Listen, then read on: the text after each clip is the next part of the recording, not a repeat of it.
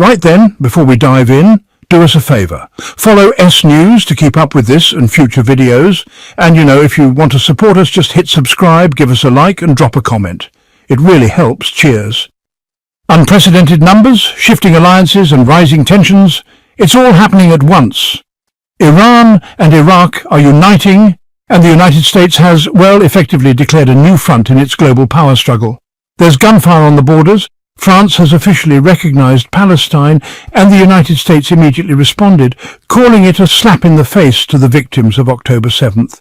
The Kremlin has cut off communications, and a meeting between Putin and Zelensky in August now seems completely off the table. Their negotiating positions are polar opposites. Russia's top security official, Nikolai Patrushev, accused the UK of orchestrating the Ukraine conflict and planning provocations in the Baltic states. Meanwhile, Iran and Iraq are demanding the immediate withdrawal of United States forces from the Middle East, invoking the memory of General Qasem Soleimani's assassination. On another front, the Ukrainian army suffered a major failure with the Starlink communication system, cutting off their frontline intelligence and video links for hours. Silently, the United States is preparing for a potential war between China and Taiwan, without any legal obligation to defend the island. Turkish President Erdogan is once again stepping in, suggesting a summit on Ukraine in Istanbul. All of this raises a pressing question. Is this just global chaos, or are we witnessing a systematic breakdown of the old world order? Where does coincidence end and inevitability begin? And most importantly, are we truly prepared for what might be coming next? In the wake of France's recognition of Palestine, United States officials, particularly Senator Marco Rubio, blasted the move as irresponsible and damaging to peace efforts. To Washington, France's actions play into the hands of Hamas and risk destabilizing the already fragile Middle East. The White House sees this recognition as legitimizing extremism, not encouraging peace. For Israel and the United States, Macron's decision is nothing short of betrayal. At the same time, France may be pursuing its own agenda. Macron wants to position himself as an independent leader in Europe, especially as his standing within the European Union weakens and domestic support declines. France is also courting Arab nations, possibly trying to gain influence across North Africa and the Middle East. But this gamble comes at a cost. France's move has widened cracks in the Western alliance. The United States and France, traditionally close partners, are drifting apart ideologically, and this could spark further diplomatic rifts. To many, the recognition of Palestine seems less like an act of justice and more like a symbolic gesture that could inflame tensions. On the Israeli side, the backlash has been swift. Prime Minister Netanyahu warned that recognizing a Palestinian state without considering Israel's security needs is a stab in the back. Israel is preparing serious diplomatic and economic countermeasures. And with the war in Gaza still ongoing, the timing couldn't be more provocative. In parallel, the Russia-Ukraine conflict shows no sign of resolution. Kremlin spokesman Dmitry Peskov made it clear that a summer meeting between Putin and Zelensky is out of the question. According to him, such a meeting should only happen at the final stage of a negotiated settlement, with all details agreed upon in advance. Currently, both sides' draft agreements are completely contradictory. Russia insists its position is fixed and has already been communicated, while Ukraine remains committed to restoring its 1991 borders.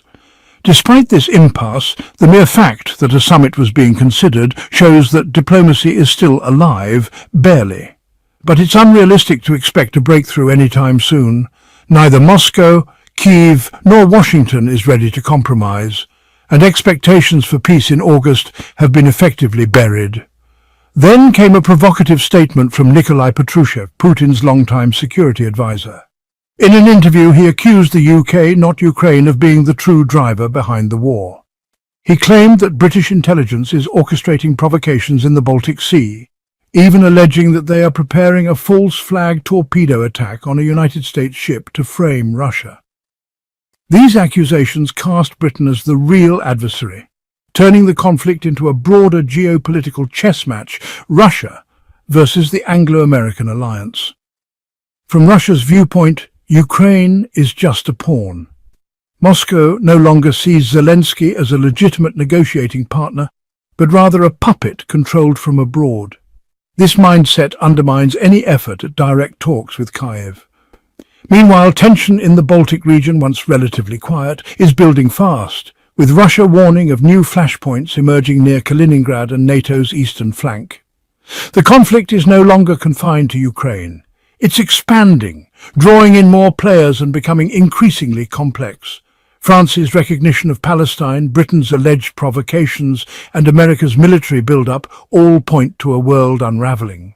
In the Middle East, anti-American sentiment is surging. In a recent meeting in Karbala, Iraqi and Iranian officials jointly demanded an immediate United States exit from the region. Iranian lawmaker Ebrahim Rezai accused Washington of shielding Israeli expansionism and warned that, honestly, failing to distinguish between United States and Israeli actions is a strategic mistake. Iraq has already begun implementing a law to expel United States forces and affiliated armed groups. The long shadow of Qasem Soleimani's assassination in 2020, carried out by the United States, still looms large, fueling mistrust and defiance.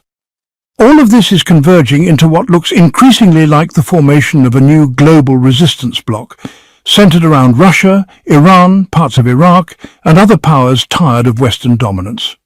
What once seemed symbolic is now, well, taking real political and military form. Global power is shifting, the old system is breaking apart, and a new one is emerging faster than anyone expected. The United States and United Kingdom are losing their global grip, while alliances are reshuffling and new centers of influence are rising.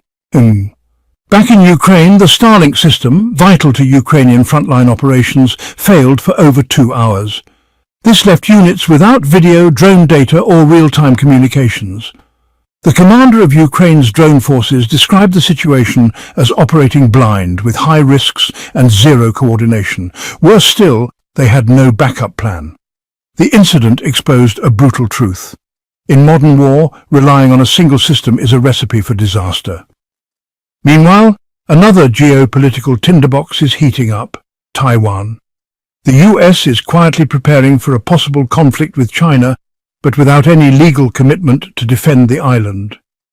Massive military drills involving 35,000 troops from 19 nations are underway in Australia, simulating a real conflict in the Indo-Pacific. Yet none of America's allies, Japan, Australia, or the Philippines, has offered firm security guarantees to Taiwan. Taiwan is boosting its defenses, expanding its military budget, mobilizing reserves and buying US weapons. But facing China alone would be nearly impossible. Beijing knows this and is responding aggressively. The Chinese military is conducting large-scale drills, reinforcing its missile, air and naval forces. Media in China openly discuss a possible blockade of Taiwan, and analysts are calling reunification, well, inevitable. This isn't just about Taiwan, it's about the next major fault line in global security. If the situation escalates, it could lead to a conflict on a scale similar to a world war. Against this backdrop, Turkish President Erdogan has stepped in, once again offering to mediate. He says he plans to speak with both Putin and Trump in the near future to explore possibilities for negotiation.